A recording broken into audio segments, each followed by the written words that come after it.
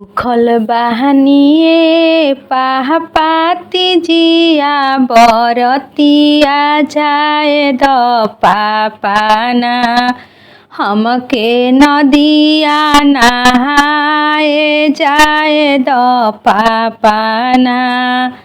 कैसे जहिबुए बेटी नदिया नहाए बैठल होइहना तोहार ससुर पहर दरावायर बिछेना। तोहार ससुर पहर दरावा बैठल होइहना चुनरिया ओढ़ के जाइब पापा चुनरिया ओढ़ के आइब सखी के संगमाना। नाही देखी है ससुर पहर दरावा सखी के संगे ना हम नदिया नहाए सखी के संगमाना।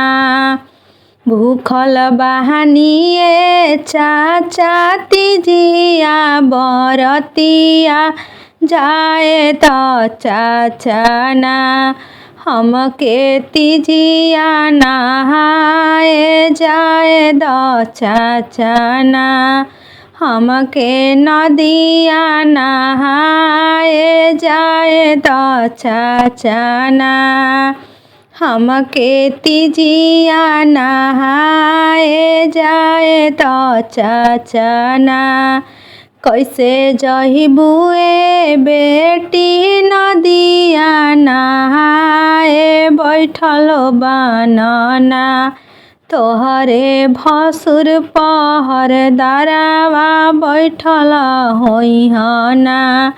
तोहर भसुर पहर दरावा यार बिछेना चदरिया ओढ़ के जाइब चाचा चदरिया ओढ़ के आइब सखी के संगमाना।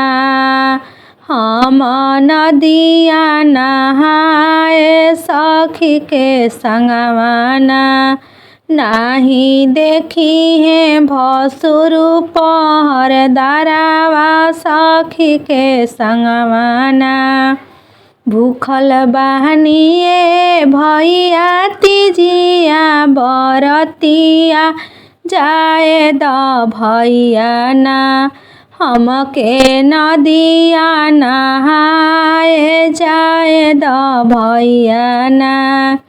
कैसे जइबुए बहिनी नदिया नहाए बैठल रे होइहना तोहरे भसुर पहर दरावा बैठल रे होइहना। तोहरे देवर पहर दरावा बैठल रे होइहना।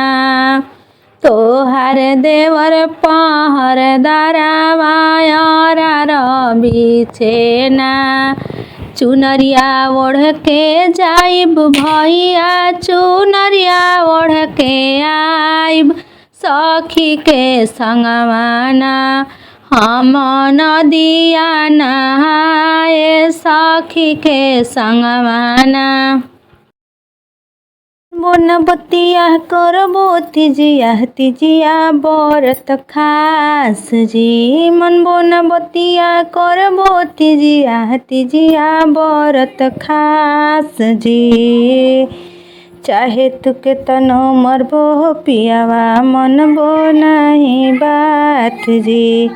चाहे तुके तनो डटबो पियावा मनबो नहीं बात जी। तोहर ला करिल पिया तिजिया बरतिया बबुआला भूख चौथिया। गणपति पूजा के बादे पियावा कुआरे में भूख जिउतिया। गणपति पूजा के बादे पियावा कुआरे में भूख जिउतिया। कितना तू मनबो पियावा हमके कितना